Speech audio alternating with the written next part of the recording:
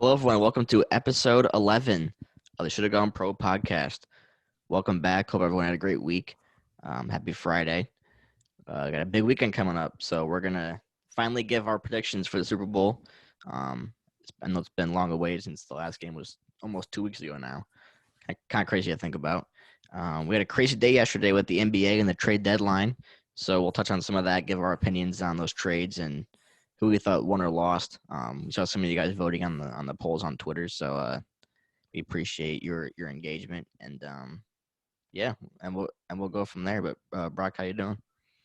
Good. Yeah. No, Wednesday was definitely crazy. I think we all kind of knew one of those days would be wild. Or sorry, Thursday was Thursday, yeah, yeah, Thursday, it was yesterday, yeah, was was crazy. Days just blend together now, but I think we knew one of the trade deadline days would be Thursday or would be crazy, and it ended up being Thursday. I think a lot of teams are just in that mad dash to get everything in before the deadline hit at 3 o'clock Eastern, and we certainly saw a flurry of trades that I think some of us definitely expected in terms of Ben Simmons, James Harden, and maybe some that others didn't expect. yeah.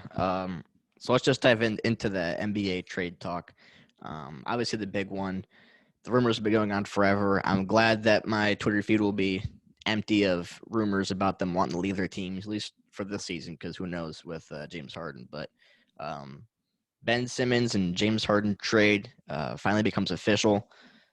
James Harden, we heard some different rumors about, oh, he might want to stay and play with Brooklyn, or I heard someone said that he was begging the Nets to trade him. Um, and it was a big mess. Obviously, Ben Simmons, we all know about that. So it was kind of a perfect scenario for both teams to kind of do the swap and get a little bit of a reset to these toxic situations that they had going on. Um, and the Nets getting not just Ben Simmons, but also Seth Curry, one of the best three-point shooters in the NBA, and Drummond, one of the best backup centers in the NBA this season, and one of the best rebounders, period. Um, as well as 2 first-round picks, I believe, too. So I think that the Nets won this trade personally. I think the only way that the Sixers win this trade is if they win a championship within this year or next year. And I'm not sure if trading away what they did for Harden is going to be enough as far as a depth standpoint.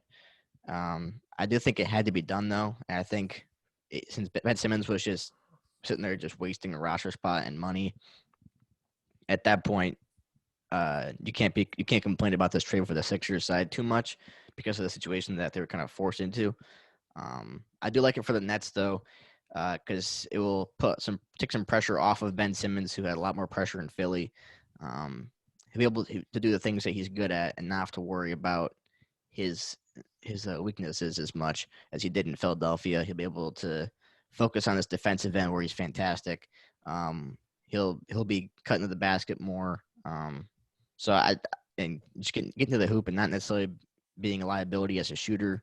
Obviously, he still is, but you can run scenarios for him and lineups that's not as much of an issue as it was in Philadelphia. And then you get Seth Curry to help the spacing, and then Drummond. They need some big man help in Brooklyn, so that's definitely going to be a help for them. So I think this is a great trade for the Nets. Obviously, the Ben Simmons situation is really toxic, and so was the James Harden one.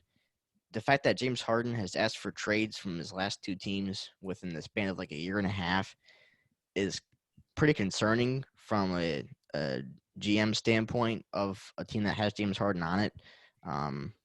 Obviously, Daryl Morey has history with James Harden, so he's dealt with this before. But I think a lot of the teams are kind of waking up to how toxic he can be off of the court.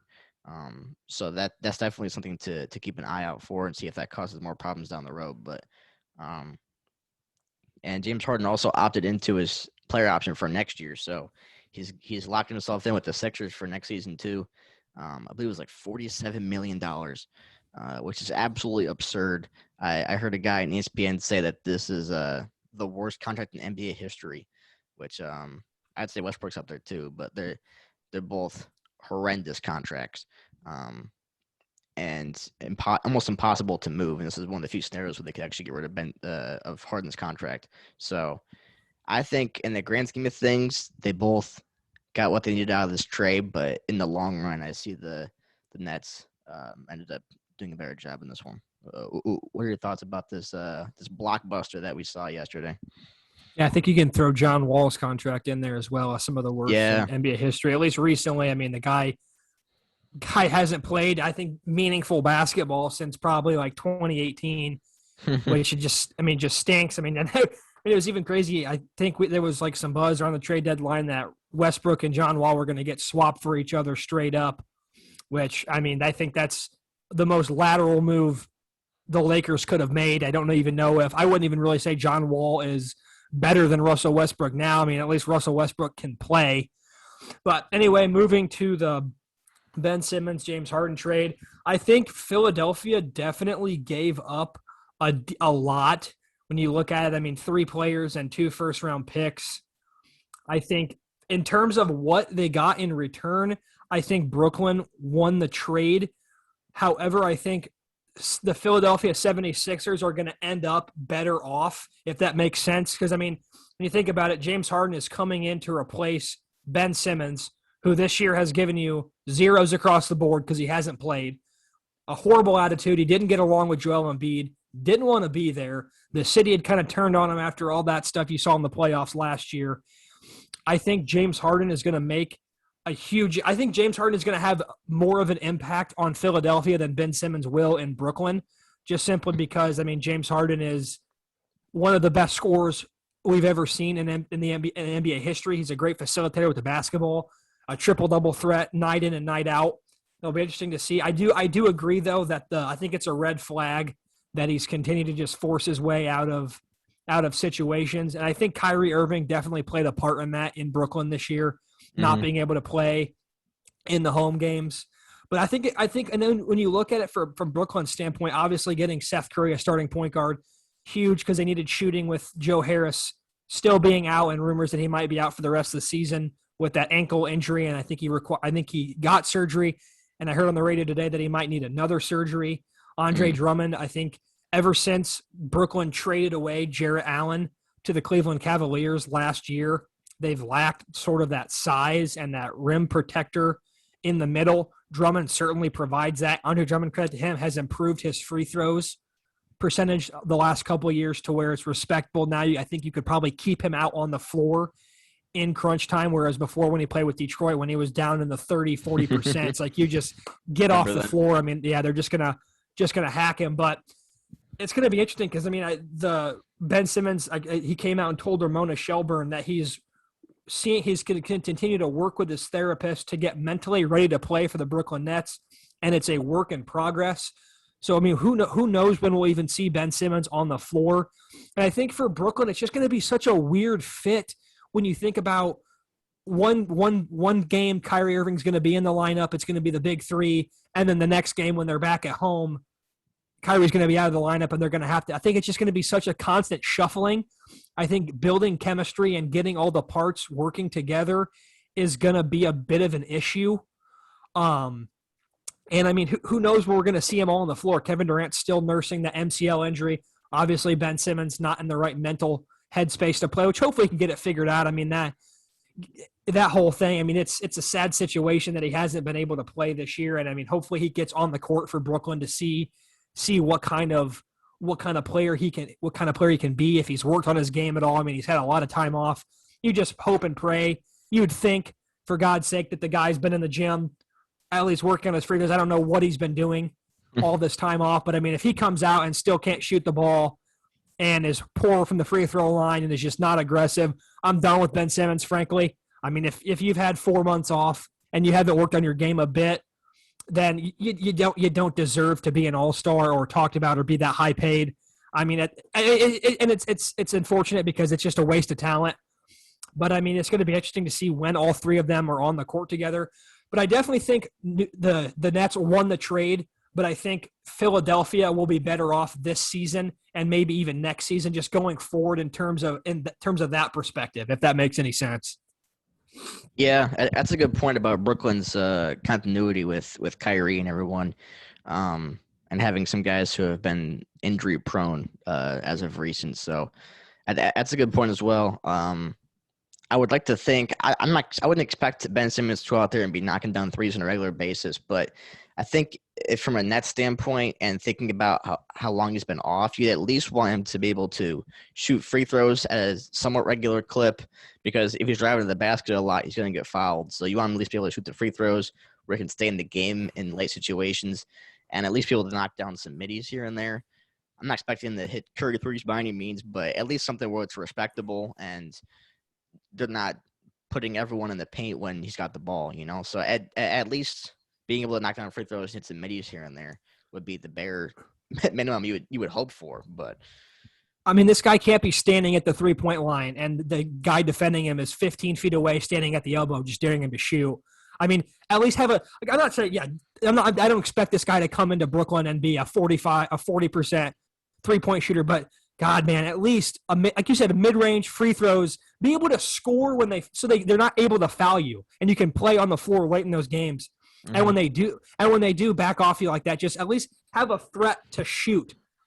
Not even a three, but just be able to drive, get to the mid-range, feel confident pulling up from the mid-range and scoring from anywhere outside of 5 feet. I mean, I think the image that's seared into Philadelphia fans' heads is that playoff series last year when he got the ball in the block, turned around and was wide open under the rim for a dunk, and he passed it off to Tobias Harris late in the game. It's like you can't have that.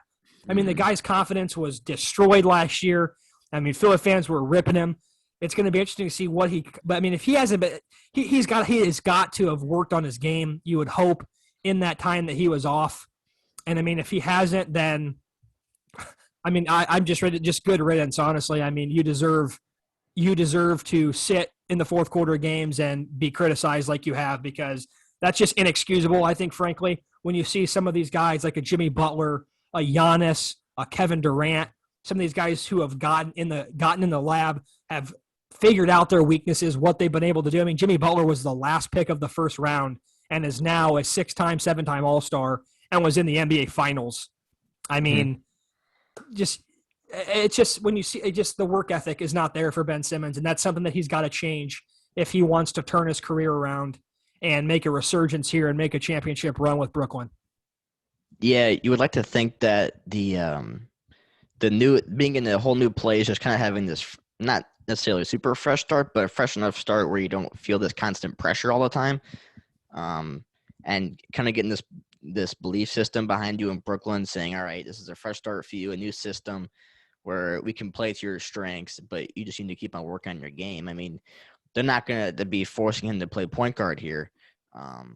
They definitely don't have to. You can put Seth Curry out there, and you can put Ben Simmons at the power forward, and that could work. That would be more beneficial for how he plays, and have him switch on the guys on defense. And there's lots of different ways that they can use him that Philly just frankly wasn't wanting to do. So I think that this new change of scenery is kind of a second chance for him to kind of fix his not necessarily his wrongdoings, but kind of turn himself around, you know. I was never a big fan of him personally, but it's really a strange situation, and I don't like to see people going through mental struggles like that. So I hope that he can turn it around and get some positive out of this trade. But another interesting part about the Sixers here is that they've got some good pieces who are going to be getting a lot more minutes now with some guys gone. Tyrese Maxey will be a lot bigger part. He already has been pretty big part of their offense this year, but he's going to kind of hit the next level. Matisse Thybulle will have to keep on improving his offensive game. I mean, he's already a defensive monster, but he can shoot here and there. But you probably want to see him get a little better clip from three. It's a great 3-and-D guy, but guys like that are really going to be needing to step up here. Tyrese Maxey's had the ball in his hands a lot this year too, which is kind of the reason why he's been playing so well, is because he's been able to get more looks. So with Harden coming in, taking those looks away, Maxey will have to adjust to being a catch and shoot guy or a cutter to the rim, with Harden having the ball in his hands. So I think both teams are really going to have to go through some chemistry changes and some system changes too. I mean, Embiid was the guy getting the ball for Philly this whole season, and he's been putting up crazy good numbers. He's in the MVP race. But then just the fact that Harden is so ball dominant, you kind of have to find that happy medium in between getting everyone their touches and playing together as a team. So it's a weird situation that you kind of have to, with a player of Harden's play style, you have to really work on your system and have everyone buy into it. Because if Harden's not liking what the coaching staff wants him to do, he could just dribble down, just pull threes like he used to in Houston all the time, and piss Embiid off, and there's a whole nother problem right there. So again, lots of weird things in this trade. I've never really seen a trade like this before. We've had two guys basically boycotting their teams and wanting to get out of their situations and get swapped for each other. So hopefully they're both happier. I know last night we saw the All-Star draft, and Kevin Durant did not want to take James Harden by any means. He took Gobert over James Harden for the last pick. And he was saying, "Oh, I need some size to help guard Giannis and LeBron," even though he already had like two centers on his bench. So that was kind of funny, but it's a really weird situation, and I think both teams got the best that they possibly could out of this mess. So Yeah, no, I agree. Yeah, it's such a weird situation. I mean, I think everybody knew Ben Simmons coming into the year probably wasn't expected to play at all with Philadelphia. And I mean, the James Harden thing was honestly pretty shocking. I think for a lot of people that he just I feel like it kind of came out of nowhere that he all of a sudden wasn't happy in Brooklyn. But I mean, the team's been struggling. I think they're on a 10-game losing streak right now. Yeah. Kevin Durant's hurt. Joe Harris is hurt. Kyrie can only play sporadically. I mean, Kyrie didn't even play, I don't think, even for the first like month and a half of the season anyway, because Brooklyn said he's not going to be a part-time player, which I mean, it makes complete sense. I mean, it just doesn't feel like the team's – I mean, that certainly doesn't feel like Kyrie Irving's bought in, which, I mean, that's a whole other political thing. We don't need to get into that. But, I mean, I can see kind of where James Harden is coming from. I mean, I guess this hasn't all been all it's cracked up to be. I mean, part of that's his fault. I mean, he played like garbage in the playoffs last year and, I mean, ended up getting hurt. Same with Kyrie, which has kind of feel like been the theme with those guys over their career. They're kind of no-show. Aside from Kyrie, I mean, hitting that big shot in the finals with LeBron, I mean, he's been kind of a no-show, injury-prone in the playoffs ever since then. So, I mean, certainly a weird trade, but I definitely think one that's going to benefit both of those players a lot better. I mean, you always hear about that change of scenery being beneficial to players, and I think this could be another situation where both guys just needed to get out of their respective roles, get into a new city, especially Ben Simmons. I mean, Philadelphia hated Ben Simmons, and I don't want to say hate, but I mean, I think they were just kind of fed up. Like it's most Philly, like, so I mean, you can say, hey, it's Philly. Yeah, they're pretty brutal, but I mean, so I think it's going to benefit both of these guys pretty well, and it's going to be interesting to see what kind of impact both these trades have on these teams as the second half of the season after the All-Star break gets into the swing of things. Yeah, for sure. It'll be interesting to watch these teams trying to figure it out, because right now Brooklyn would be a play-in team, and it's nowhere near where they want to be. So a lot of question marks that they're hoping to fill with this trade. But the other trade, obviously that one was the biggest one by far, but the other trade yesterday that caught some good chunk of noise was the Mavericks trading away Kristaps Porzingis to Washington, of all places, for Dinwiddie and Bertans. Personally, I was a little surprised by this trade. I didn't really see it coming. I noticed that Washington was having a little bit of a fire sale at the deadline because realized that their team wasn't panning out like the thought it was going to, and Bradley Beal's now for the year with the injury. So it's kind of a mess in Washington when they started off to a great start this season. A little bit of a surprise team this year at the beginning, and then they've really fallen apart like quickly. So they traded for Porzingis, kind of giving him a new start as well, because him and Luka just weren't what they thought they were going to be. Porzingis hasn't been bad, but he's been nowhere near what he was in New York. I don't know if it's because of he's not getting as many touches or his play style has changed. I'm not sure, but it's been a tough go for him. So I feel like it's a good change for both Kristaps and the Mavericks to make this change. Bringing in Bertans, who has not been a great shooter as of recently. He was known as a big sharpshooter, but it's really been a struggle as of recently. So I think getting him in a new place, putting him with Luka, where Bertans only has to worry about catch and shoot, and the rest will work itself out. So I think that's good for Bertans. Bringing Dinwiddie in as a guy who can help keep the offense going when Luka's not on the floor. I feel like he'd be a great six-man. Dinwiddie would be for the Mavericks. Dinwiddie is a great playmaker. So I feel like this would work out well for both sides here. The Mavericks obviously are still trying to build around Luka and figure out the situation. So I think this was a good deal to get rid of Porzingis, and I think he has a big contract. So I feel like this is a good move. Washington, they're just trying to get back assets right now to kind of – I feel like they're going in the rebuild mode at this point. They also traded Montrezl Harrell away yesterday to the Hornets, which I really like that trade, and I know you mentioned before the show how you like that too. Because Charlotte was really in need of a dominant post big man.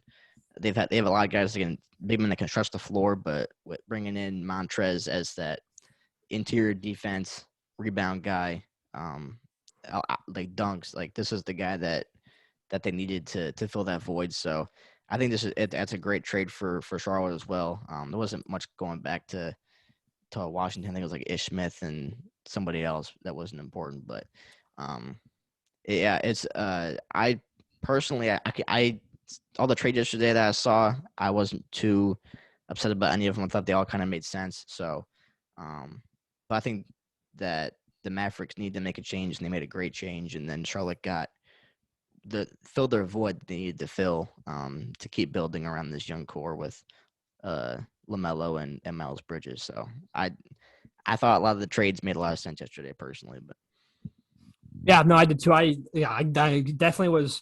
Kristaps Porzingis certainly hasn't lived up to that massive contract he's gotten. That knee injury, I think, has played a little bit of a factor.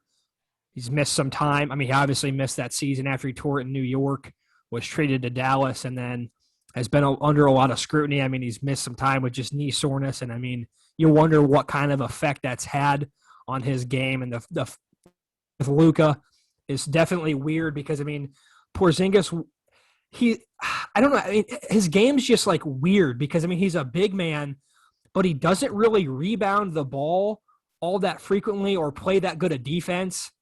So, I mean, I think that's – and then it just – the fit with Luka was weird because, I mean, there would be times in that playoff series against the Clippers or even last year where he would just be standing in the corner. I mean, this guy's making $35-40 million a year to just stand in the corner and get it on a catch and shoot. And, I mean, that's just not what he needs as an offensive player. I mean, he was tremendous. I mean, he's had some tremendous seasons with New York. I mean, not so much in Dallas. I think it's left a lot to be desired. So I think it was time to move him.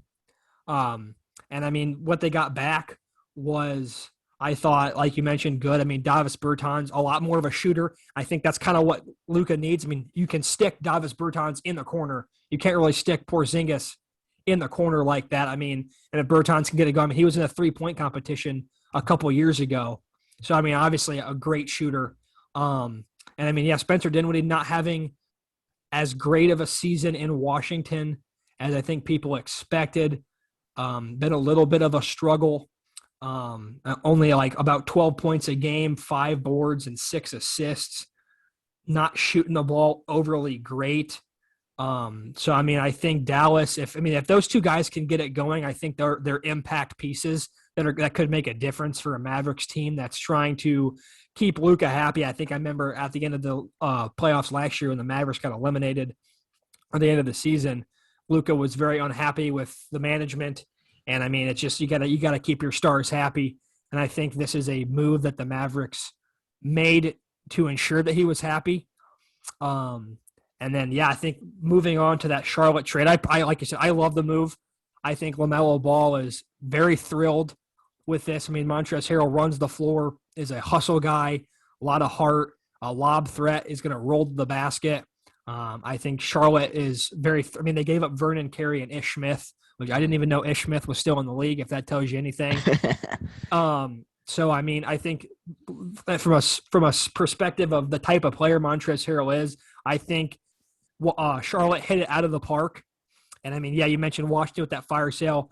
And I just going back to the Porzingis thing real quick, I think it's going to be interesting to see what he does with Bradley Beal next year. Because, I mean, Bradley Beal, another one of those, he's the only real offensive weapon that Washington has on a consistent basis. So it's going to be interesting, and kind of a ball dominant guy as well. I mean, he's a pretty good facilitator, not obviously as good of a facilitator as Luka. I mean, it's going to be interesting to see how that fits together as well. I mean, it's going to be Porzingis' show in Washington for the rest of the season with Beal sidelined with that injury. So yeah, I mean, I think none of the trades were really, I think, shocking, other than maybe the Porzingis one. I didn't expect that. I didn't really know Dallas was actively shopping him at the deadline. But I mean, I think everything that happened was pretty.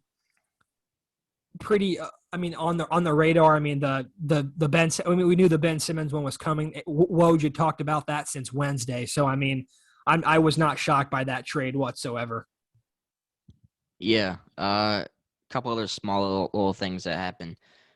Derek White got traded from the Spurs to the Celtics for Josh Richardson, Langford, and a first. So I think that's good for Boston. Get another great defensive guy. Him and Marcus Smart will be a great defensive backcourt. White has a decent free ball. Definitely something he can improve on, but he definitely has the foundation there to build upon that. So I think I like the trade for Boston, and for the Spurs, I don't think it's bad either, because they're moving in that rebuild mode. So getting any picks you can is a good move for them. They traded Schroeder away too, I believe for Daniel Tice, I believe. Boston made a couple of changes because they haven't been happy this year either with how they've been doing. So just with small things, but there was a lot of talks about the Lakers making moves. They ended up not making one. I heard that it was confirmed that the Rockets offered Wall for Westbrook, but they also wanted a first back, and the Lakers didn't want to give up a first rounder to get Wall for Westbrook, so they ended up saying no to that. So Lakers did not make any moves, which I heard LeBron and AD were not happy about. The Knicks not making a move either, which I thought the Knicks were going to make something to try and spice it up, because they've also been having a down year compared to last season when they kind of took that next step forward. So interesting deadline. Some teams that didn't make moves is a little bit questionable, and definitely did not expect a Washington fire sale like that. But I think all the trades this year, I'm not really baffled by any of them. I think a lot of them really make sense, and were good moves for everyone involved pretty much. So not many complaints on my end. But I mean, then there was the 4-team deal. So Sacramento got Dante DiVincenzo from the Bucks. Oh yeah, that's right. Marvin Bagley went to the Pistons, and then I mean, I think the Bucks, I mean, underrated move, I think too, got Serge Ibaka from the Clippers. I mean, Milwaukee, you can always use some more size, defense, and rebounding for the playoffs. And I mean, Milwaukee gets that in Serge Ibaka. He's been to the finals with Oklahoma City, constant deep playoff runs with the Clippers. So I mean, he's got that playoff experience. You add that to the roster. I mean, Marvin back in Toronto too. Got to ring with Toronto. Yeah. Oh yeah. You got championship in Toronto. I forgot he was on that team. I mean, but yeah. I mean, Marvin Bagley not happy in Sacramento. I mean, he wasn't even playing, which is crazy that he was a former number 2 overall pick. I mean, good for Detroit getting him. We'll see what impact he has in Detroit. And then, I mean, Dante DiVincenzo going to the Kings. I guess they got a guy to replace Tyrese Halliburton, but Dante DiVincenzo, no offense, nowhere near on the level, or I think potential, or the ceiling that Tyrese Halliburton has. But, I mean, I think Sacramento just kind of licking their wounds there, picking up a guy to at least fill the roster spot. So, I mean, I think that was another trade that I think for all the sides involved, especially Milwaukee, I think that was a really good getting Serge Ibaka And I mean, I think the Clippers are just kind of punting on this season, saying whatever. I mean, we don't have our two top dogs. We're just going to kind of reload for next year. Getting rid of Ibaka, I think, great pickup by Milwaukee. It'll be interesting to see what Marvin Bagley will bring to Detroit with Jeremy Grant, Cade Cunningham, Sadiq Bey, who I think is a tremendous second-year player. It'll be interesting to see what he brings to what he brings to Detroit. I mean, I think it was a good get, another one of those change of scenery moves, and it's going to be interesting to see what Marvin Bagley can do now with what you'd hope would be consistent playing time. Yeah, I definitely think you will have good playing time there. I was happy about that move. Bagley, I mean, he was number 2 pick in the same draft as Ayton, Luka, and Trae Young. So the fact that he's not even playing and he's still that young, I think he's 22 years old now. So that's ridiculous that he's not even getting any playing time on the Sacramento Kings of all teams. So no offense, Sacramento, but you know what I'm talking about. But Now, all offense, Sacramento, you guys just continue to just do stupid things. But continue. No, you're good. You're good. I was trying to be nice, but I mean, you're not wrong about it. But I'll be the dick today. I'll be the devil's advocate. I'll be the rip the Band-Aid off Sacramento. Your franchise is less than desirable. And I mean, I just want to go back to the last episode when we were talking. You mentioned that they got Justin Holiday in that trade, and he can't even play because he's not vaccinated, which we're not getting play. Well, it's just stupid stuff like that. That just are you trying to piss off your fans? I mean, I don't know what they're doing. I mean, I don't know how Sacramento just needs to clean house. I mean, I don't get it. I mean, they're getting. It's just if I'm a Sacramento Kings fan, I would just be beyond frustrated, and I would punt. You're punting on another season, which congratulations, you're gonna be picking in the lottery again. I guarantee you whiff that pick like you always do. Wow. Okay. I mean, all the things you're saying are true, but dang. No, you're right. I mean, at that point, I feel like they should just fire everyone and just keep Fox and Sabonis and go ahead after that. You know, like it's kind of gotten to that point where it's that bad. But yeah, I like the move though for Pistons to get Bagley. He'll be a good backup to Isaiah Stewart, and he'll get a chance to actually get some meaningful minutes and see if he can build himself back up again. I remember watching him at Duke. He was pretty solid at Duke, so kind of a shame that he hasn't panned out at all for Sacramento, especially with who was around him in the draft order, and they took him, and he was the one bust out of everyone in the start. So that's unfortunate for Sacramento again. But I think getting DiVincenzo is a good temporary fix for losing Halliburton, at least for now. Give DiVincenzo kind of a new start. Who he kind of got overshadowed a little bit in Milwaukee. I mean, Milwaukee won the championship last year, and DiVincenzo was out, so that kind of showed that they didn't even need DiVincenzo anymore. So I think this is good for DiVincenzo to kind of get that fresh start. I personally hate the guy for what he did to Michigan in the national championship with Villanova, but hey, good luck in Sacramento. Well, I hate Michigan for what they did to Loyola in the semifinals, but to each their own. To each their own. Hey, but we beat Purdue last night. But hey, anyway, yeah. So interesting trade deadline. Looking forward to see how these pieces work out. Get the buyout market will be coming up soon. So I know Dragic is already in that buyout market situation, and his freedom is in that as well. So we tweeted out a very weird video yesterday. I don't know if you saw that video we tweeted out, but it was disturbing. It was I don't even want to describe it on here. I don't know if it's even safe for work. It was really weird. It was like a South Park cartoon where he was like with LeBron and I don't even want to talk about it. But yeah, I'm looking forward to see how this pans out. But the biggest news that we've been waiting to talk about that we finally are going to give our official predictions is America's best holiday, the Super Bowl, this Sunday. Bengals Rams. I feel like it's going to be a fantastic game. I've been looking forward to it since the last games ended. So I think it's going to be a lot of fun. Two teams that, well, I mean, both quarterbacks are making their first ever appearance. Bengals haven't been there since '88. The Rams have made it a couple times, but they had that awful showing against the Patriots a couple years ago. Oh, Kind snooze fest. Yeah, it was pretty hard to watch. So they're getting a fresh start. I know a lot of people in Michigan are rooting for Stafford, and I mean it's hard not to like the Bengals. Bengals are a very likable team. Joe Burrow. I mean, who doesn't like Joe Burrow? So, um, yeah, I believe the line. I believe it's either 3.5, I think, or 4. Um, I know I bet on the game and I bet on it. I put in the bet on Wednesday or Thursday, and I think it was at Bengals +4. So I think it. Yeah, I mean, if it's moved at all, it's probably up. I would assume down to 3.5. Yeah, I mean, it just kind of goes to show. I mean, I think obviously the Ram. I mean, I think the Rams definitely deserve to be favored. I think they have the better roster. mhm. But yeah, I mean, I think the line shows that. I mean, Cincinnati. Obviously, I think everyone knew was going to be the underdog, but I think it goes to show. I mean, I don't know if. I mean, I definitely didn't expect the line to be like a touchdown or something, but I mean, it wouldn't have honestly shocked me that much if that's where the line would have been set was right around like 6.5, 7. Just because I think people are I mean, the heartbreak. I mean, the Bengals the underdog all season. So I mean, I think like 4. I think that's probably a deserving line heading into the game. Yeah, I do too. And personally, I'm not a betting man, but I'd be a little uneasy about betting with that spread. Personally, I'm not sure.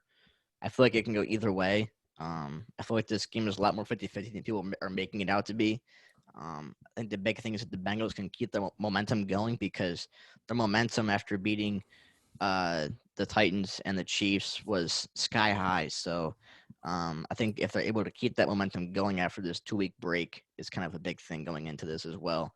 Um, I think it'll be a slow start to this game, just with these two teams haven't been in it. At least the Rams haven't been in a couple years, Bengals in forever, and I think it'll be a slow start, just trying to calm the nerves a little bit because this is both the quarterbacks' first Super Bowls. So I think it might go up to a slow start, but then the offenses will just start firing. I see this being a high-scoring game personally. So I feel like I'd bet. I can't remember what the over/under was for the game, but I'm pretty sure I would bet the over on the points in this one with how high-powered these offenses can get. Um, I think it's going to be a shootout at the end of this one. Um, I'm really looking forward to it. I think the X factor here. I think a lot of people are going to agree on the X factor being the Bengals O line versus the Rams pass rush. If I mean the Rams pass rush kind of died down a little bit against the Niners. The Niners do have a good O line though, but they really died down until that last drive. So if you can get Aaron Donald and Von Miller going, and some of these other guys off the edge or on the inside, and put pressure on Burrow, not let him give time to Chase and Higgins and Boyd to get down the field, then that's going to cause a lot of problems. Um, I mean, they just Billy has kicked out of Tennessee with Burrow getting sacked 9 times. A lot of it was because Tannehill had an awful game too. But it was it's going to be really tough for them if they can't keep Burrow upright and not laying on the ground after every other play. So I think that's gonna be the big X factor. I think the secondaries are going to be another big story in this one as well. Ramsey obviously will lock down, but I worry a little bit about the other parts of the secondary for the Rams, who their safeties have been mix and match this year. They haven't been able to stay healthy. The Bengals have really clamped up more than I thought they were going to in the postseason, but Eli Apple, even though he's kind of the meme going around about the Super Bowl and about the Bengals in general, but he's going to need to step up like he did in the second half of that Chiefs game. So there's a lot of factors that go into this, and I feel like it's a lot more than just like some years. For example, we had the Broncos Seahawks years ago with Peyton Manning and the Legion of Boom. Everyone knew it was going to come down to the Broncos offense versus the Seahawks defense. But I feel like this game, both sides of the ball for both teams are pretty well balanced, and I feel like it's going to come down to who steps up and make those big plays. Like the Bengals in the Chiefs game, they stepped up and made a lot of these big plays, these 50-50 balls. I know I mentioned when we talked about the game a couple weeks ago. Those balls went their way, so I feel like it's gonna be that kind of game to see who can get those extra momentum plays, going to keep it going. But I think it's gonna be a fantastic game. I'll just give my prediction now, and then I'll let you say your piece. But I'm gonna go with the Rams here, and I'm gonna say it would be 35-31. I'm picking the Rams to win in a thriller at the end. So that's my pick. What are you thinking about X factors for this? Are you leaning towards the over under? Who you got? So I am a betting man. Me and a couple of my friends, we've got. I'll go ahead and spoil my final. I don't want to spoil my final score yet, but I'll just say, I'll save the betting piece until the end. But I think I like I got a couple X factors. I like the Bengals O line versus the Rams defense. I mean, I know a lot of people were saying that a sleeper to win Super Bowl MVP, like Von Miller did a couple of years ago, was Aaron Donald this year. I mean, if he can wreak havoc in the middle of that offensive line, it's going to be really hard for Burrow to have any time to throw, to get the running game going. But I mean, if Cincinnati's offensive line can double team Aaron Donald and hold their own against him and Von Miller off the edge, it's going to give Cincinnati a really good chance. I mean, Burrow's done it all postseason, even under pressure. I mean, you mentioned took 9 sacks against Tennessee and turnover Tannehill. Kind of handed Cincinnati the game there. But I mean, I think that's the X factor on Cincinnati's side. I think the X factor on the Rams side, Odell Beckham Jr. got to come up big here. I mean, last time he was in the playoffs was the Giants, and I mean there was that picture of them, the boat party in Miami, and then he came out and shit the bed against Green Bay. Had a couple drops, and really just Giants looked horrible in that game. I mean, he's had some big moments in the postseason, had some big catches against San Francisco, against Tampa Bay as well. So, I mean, I think that is going to be the X factor on the side for the Rams. I mean, because obviously, all the attention is going to be on Cooper Kupp. And, I mean, if they're double teaming Cooper Kupp, I think Tyler Higbee is going to be out of the game as well with, I think, it's either a knee or an ankle injury. I can't remember. Mm-hmm. So, I mean, they're already down Robert Woods, who tore his ACL, which Odell was a replacement for that. But now you're down your tight end as well. I mean, I don't think Cam Akers is still overly 100% yet. And I think if Odell Beckham Jr. kind of has his way here in this game, and I mean, if he puts up 100 yards and has a touchdown catch, I could see it being very difficult for Cincinnati to contain both him and Cooper Kupp, because I mean, you're obviously going to, if Odell starts torching, you're going to have to do something about that.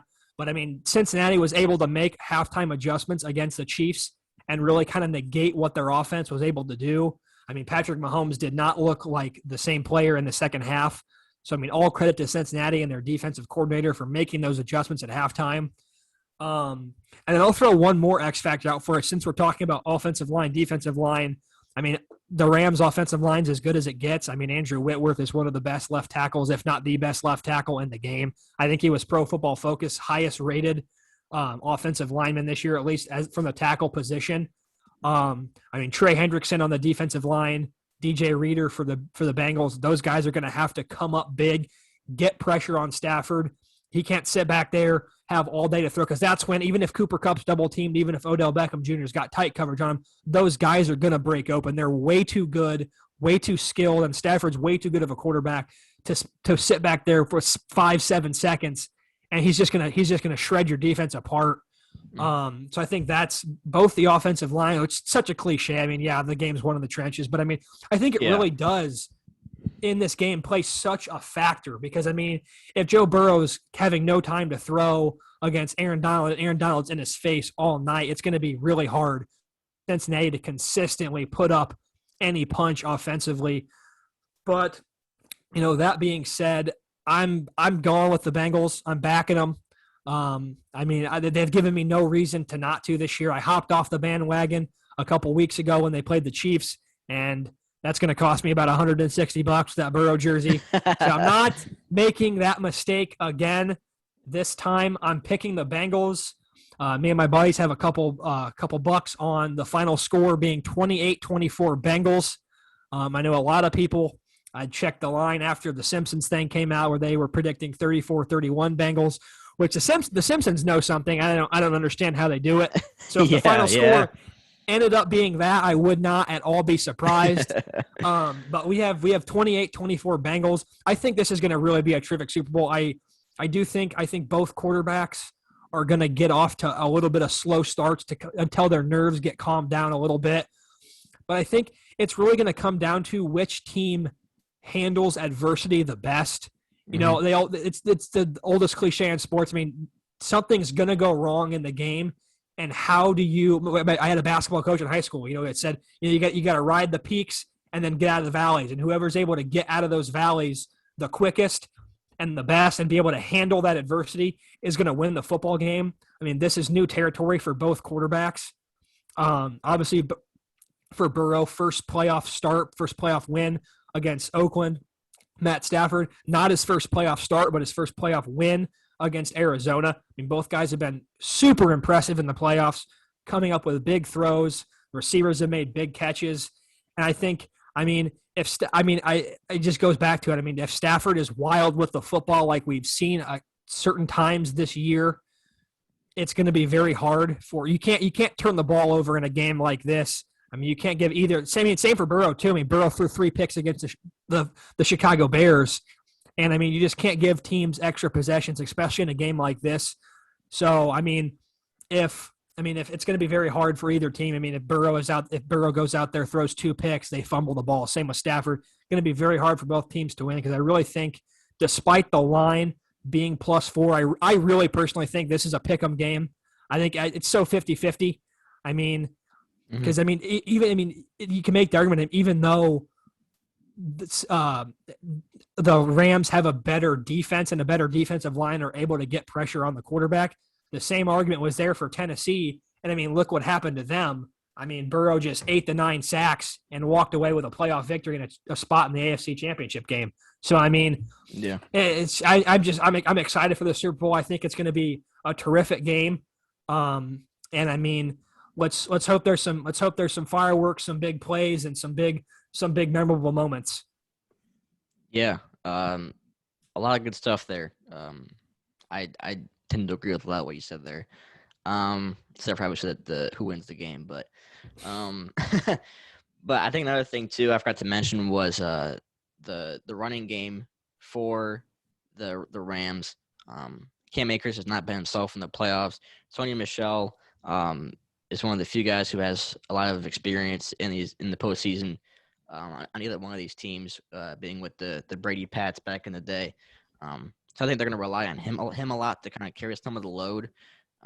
With Cam Akers not fully himself and having the playoff experience, I think Sony Michel will be a big difference maker.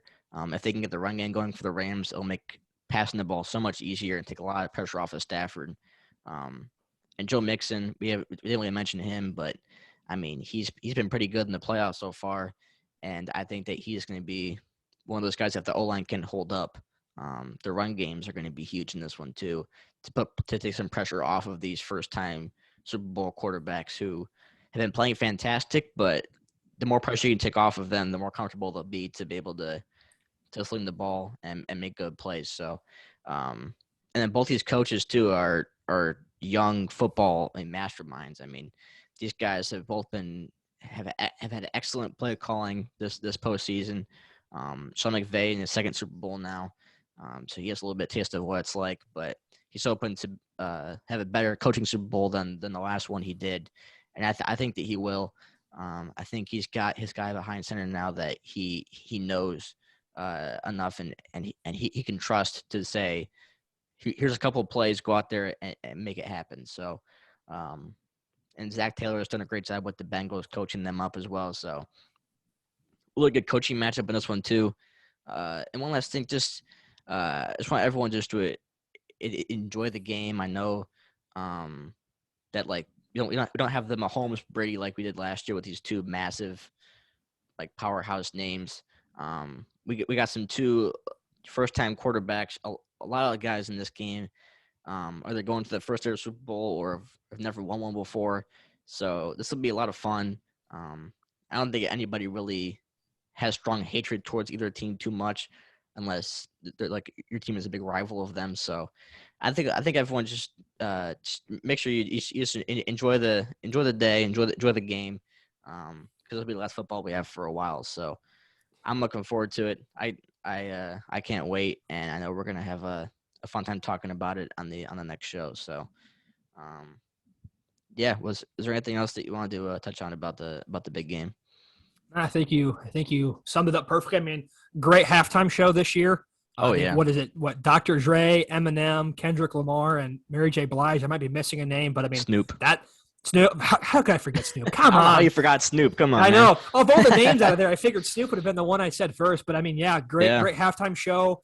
I saw an ad today that the Austin Powers cast got back together, like Dr. Evil #2, Frau Farbisma for a Super Bowl commercial. So looking forward to those. I think some people, even if you don't like the game, the halftime show, the commercials are certainly a reason to tune in. But I mean, like you said, have fun, enjoy the game. I mean, this is going to be the last game of football we're going to have for until really, I mean, late summer, early fall. So I mean, yeah, it's sad. It sucks that football is going to be over, but I mean, I'm hoping. I'm like I said, I hope it's not a blowout. Those are just the worst. hmm To be the game to be over by halftime with all this build up and excitement. But I mean, I think these two, like you mentioned, I think these two are definitely. I think this is kind of the most like neutral fan base Super Bowl we yeah, could have gotten. I mean, like a couple. I mean, anytime you have the Chiefs, I mean, people hate the Chiefs, people hate the Patriots. I mean, I don't know necessarily if people like to see Tom Brady and the Bucks in their last year, just because I mean Brady's won so much.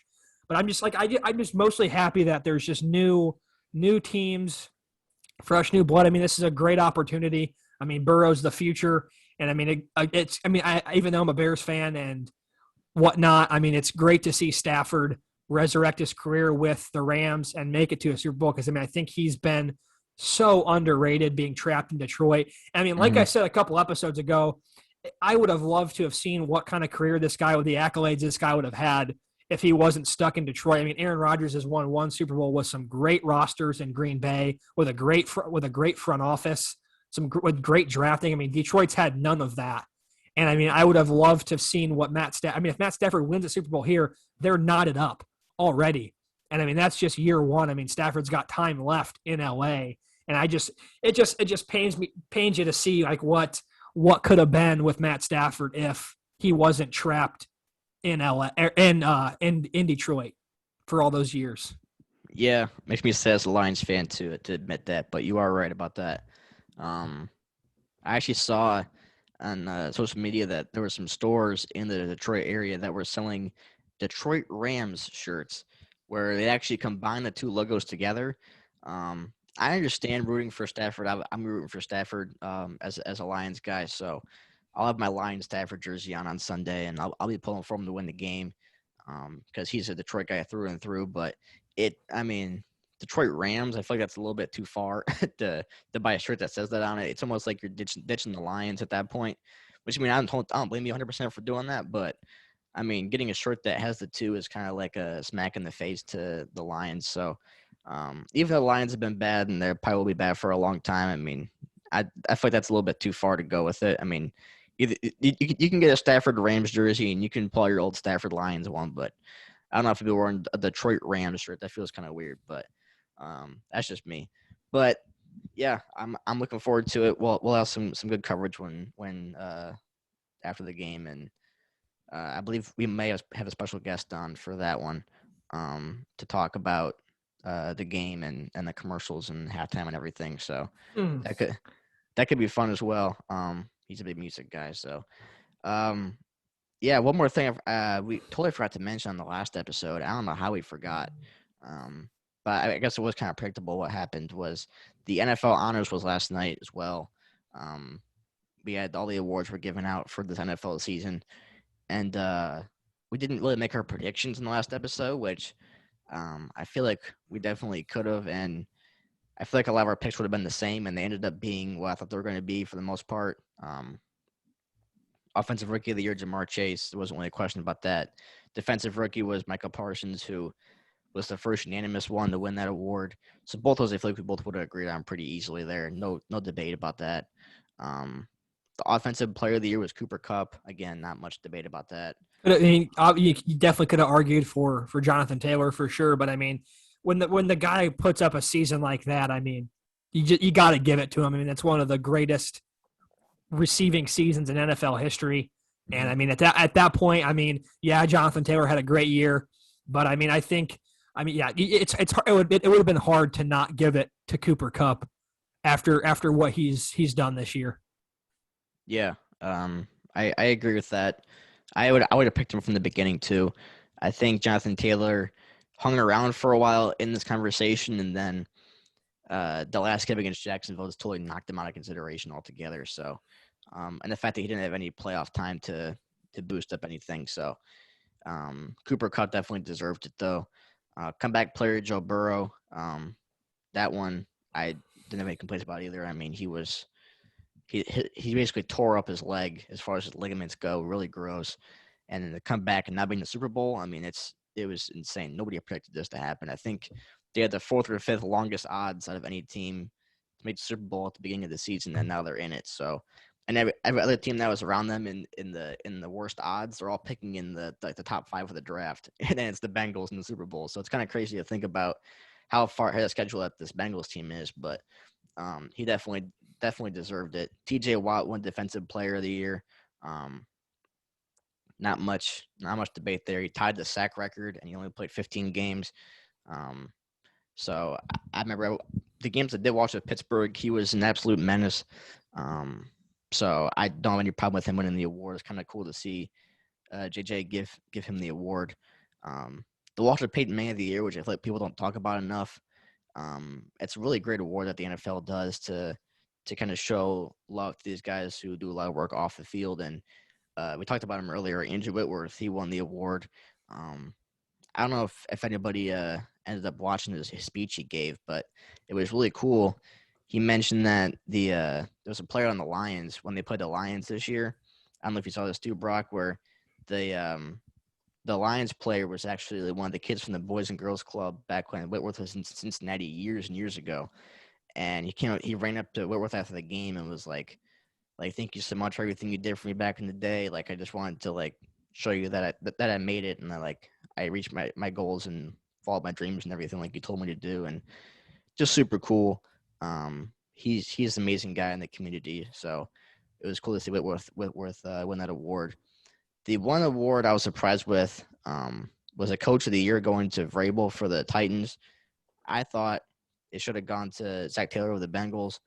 I don't know how much weight they put on the postseason in this, so that's the one thing that may be questionable about it. But I mean, the Bengals, like I said earlier, far achieved their expectations for this season. He's been a fantastic coach for all these new guys that they brought in, all these young guys, maturing them and getting them in the situation that they are now. So I thought he would have been the easy pick for it. You could argue McVay in there too, bringing in Stafford and kind of revitalizing that offense again.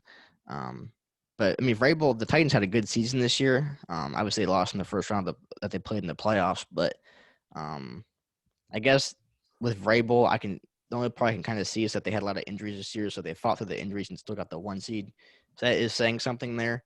But I personally would have given it to Zach Taylor for the Bengals. That's just my opinion, though. I don't know how close the voting was, but did you agree with the Vrabel pick or? I mean, I think I agree. I think it should have been Zach Taylor. I mean, I was just reading earlier. I think Matt LaFleur finished second in voting. So I mean, LaFleur, yeah. I mean, Zach Taylor didn't even finish in the top 2. And I mean, when you look at the turnaround, I mean, he was.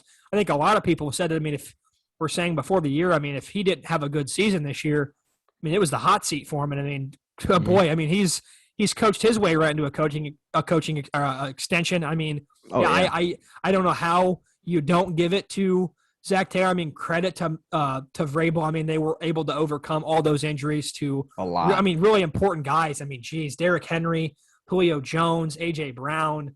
I mean, and I'm sure I'm missing some because I think Tennessee. I think weren't they the team that set the record for most players to play in a season or something. Like they just had a Yeah. ton of Mm-hmm. injuries. So I Yeah. mean, for them to still get the 1 seed in a loaded AFC, I mean, credit to Vrabel.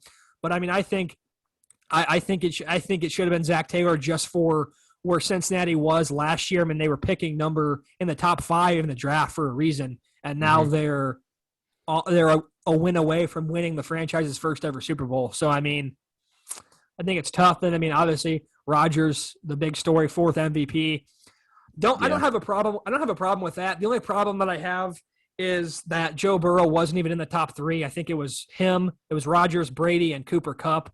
Mm-hmm. Which I mean, no disrespect to Cooper Kupp. I mean, I think you can.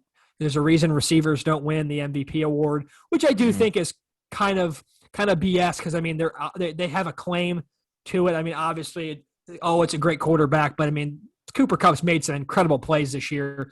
But I think the season that Joe Burrow's had, to not put him in at least the top 3 for MVP voting, I think that was kind of shocking to me. But I mean, I have no problem with Rodgers winning the MVP. I mean, he had another terrific season. I mean, that's back to back for Rodgers. I mean, but can we real quick talk about the suit that he wore? Oh my God, that was Oh. horrible. It was like, I think it was corduroy, all brown. He looked just horrible. That was the worst suit I've ever seen, probably in my entire life. I saw somebody say on Twitter. I was laughing about it. They said when he had the all brown suit on, and then he had his hair like really long and slicked back like that. Someone was saying he looked like a guy who goes to the auction to buy like a triceratops tooth. And I was just laughing because it looks like one like those rich guys that tries to be fashionable but isn't. Man, that was really gross. Obviously I don't like the guy, but I mean everyone has to admit that was kind of gross. But I do think that I'm not surprised with Rodgers winning the award. I kind of saw that coming. Brady did have a good year too, so I think he definitely deserved to be in that discussion. But Cooper Kupp is debatable that he's in that discussion. I think we both agreed that Burrow should be up there as well. But at the end of the day, I'm not too upset about Rodgers because it is a regular season award in the grand scheme of things. If you include the playoffs, I mean, that hurt his case a lot for Rodgers. But I do think Rodgers, regular season wise, earned that award for himself. So not really many surprises with the NFL honors. Besides the coach of the year, in my opinion, was a little bit of a surprise, but maybe it wasn't to some people. I don't know. But yeah, was there any other comments you wanted to make about that or in general before we wrap it up? Can we just before we wrap up? Yeah, can we start pushing the NBA, the NFL, and all these leagues to make like a postseason MVP award or something? Give some of these guys some recognition for what they do in the playoffs. I mean, or at least have the playoffs factor into. I mean, obviously, like Super Bowl MVP, Finals MVP, but I mean that's just one series. I mean, make like a playoff MVP award, or start letting some of these playoff games matter towards the regular. These are like total season awards. I mean, the playoffs are part of the season. So, I mean, I think that would have helped. I mean, I'm not just saying that just because, I mean, we thought Burrow got slighted, but I mean, I just think it would make it so much more exciting if, one, there was a playoff only award, like a playoff MVP. So, I mean, whoever performed the best over the course of the postseason gets some sort of award recognition. I think that'd be interesting. Or start making what these players do in the postseason carry some weight towards these awards. I think you could see some different outcomes here. And I mean, I just think it would make it a lot more exciting to reward some of these guys for making deep playoff runs and putting up great numbers in the postseason when it matters the most. That's a good point. I know the MLB does the ALCS, NLCS, so that is better for the MLB than what the NBA and NFL have. But the question I would have surrounding that topic, I do like the idea, but I feel like if someone has a monster game, whether a team loses in like the first or second round, that could really, it wouldn't allow them to win that award. I feel like it's almost like you have to win it all or at least go to the Super Bowl to be considered for that award. So that's the only thing I could see about that. I don't know what your opinion is about how far they go making impact on that award if that were to be a thing, but it's definitely an interesting idea. And I definitely think that people should get more recognition for playoff runs that they have that are magical. Like I know Joe Flacco won the Super Bowl MVP that year, but he had like the postseason of his life that postseason. Like he was just came out of nowhere, like a 1 year wonder. And there's lots of guys who have great postseason runs, but if they don't win it all, they don't have the best game in the Super Bowl, and they don't get an award for it. So I don't know. What's your opinion about? Do you think that they have to go all the way and win it all to get that kind of award? Or Yeah, I mean, I think that would be the problem. I mean, like, it's hard to give a guy, oh, you got this award, you only played in one postseason game, when a different, like, player B goes to the AFC Championship, NFC Championship, or the Super Bowl and puts up even better numbers. So, I mean, I think I could see where that could be a bit of an issue. But I mean, I just think, I mean, spice it up a little bit. I think I'm just all about the reward these guys for having tremendous performances in the postseason. When I mean, that's the time you want to play great. And I mean, and even like I said, even if not to give them an award for their postseason performance, have these postseason games carry some sort of weight in what they do in the regular season, in addition to what they do in the regular season. yeah, I mean, Josh Allen had an amazing postseason for the 2 games he played. Josh Allen was like top tier quarterback. You couldn't play much better than he played in those 2 games that they had in the postseason. But since he didn't go far enough, if there was that award that could be detrimental to him trying to win that.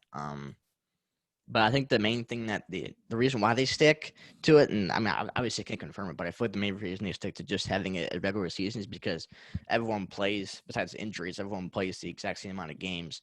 So it's like easier to compare stats and compare the longevity of how well they play over a course of a season because everyone plays the same amount of games. But it's definitely a good point. Definitely something that they could think about. And I personally would not be upset about it at all if they were to do something like that. So that's a good point, though, because I feel like a lot of these awards, the award shows happen like around the time of the championship or after it in general. Like the NBA ones happen in like July, I think. So it's people have the playoffs on their mind, and then like, well, this guy won MVP, but he was awful in the playoffs. Like a Westbrook or a Harden, they won the MVP and they didn't. They kind of slumped off at the end of the playoffs like they normally do, and it kind of leaves a bad taste in your mouth when they win the MVP after that. But it's kind of a weird scenario. You're right, but I don't know. You definitely made a good point there. So Yeah, I mean, yeah, like I said, I think I do like the credit to your point. I mean, playing the same games is a lot easier to compare players. I mean, I don't think that a tremendous postseason run necessarily like should have vaulted Joe Burrow into MVP, like automatic MVP. But I mean, I think voters should take a step back and at least like look, okay, I mean, this guy turned it on when it mattered most, and I mean, like, I think that should go towards something. But I mean, I get why they do it as a regular season award when you can step back. Okay, in the NBA, these guys played 82 games. Okay, NFL now these guys played 17 games. Who was a better player? mm-hmm. So I mean, I agree, but I mean, I would just think it would make it a little bit more interesting and give those guys in the postseason who know, give them something a little bit more to play for. Maybe if they knew there was like. I mean, obviously the end goal is the championship. So, I mean, that's enough to play for then and there. But I think just, maybe just something else, something fun, sprinkle in there, give them something else to play for. Yeah, no, that's a good idea too. I mean, it's kind of make it more fun too. I mean, like the NFL doesn't have most improved. I mean, they could definitely have that, like the NBA does. Um, there's a lot of fun things they could come up with to kind of spice it up a little bit. Because I feel like a lot of people didn't actually watch the show; they just waited to see what the results were on social media whenever they came out. So they could definitely spruce it up a little bit. But yeah, is there anything else that you wanted to touch on, or you feeling pretty good about this? No, I'm feeling pretty good. I'm excited. It's here. It's here. It's here. It's here. I've been waiting for Yeah. 2 weeks, and I'm happy. Yeah, me too. I'm definitely looking forward to it. So yeah, that'll about wrap up this episode. Thank you guys for listening. It's appreciate our support. That was really fast. Holy cow. Make sure you follow us on Twitter and Instagram at GoneProPod. We'll be posting on there when the episodes come out, and I'm sure we'll post some Super Bowl reactions on there because we think it'll be a great one. So yeah, make sure you follow us in there to see when we're gonna come out with our Super Bowl reaction episode. And if there's anything you guys want us to talk about, then or you just want to talk to us in general, just shoot us a DM. I think they're always open on Twitter, Instagram. So yeah, thank you as always, and we'll be back after the big game. Enjoy it and take care.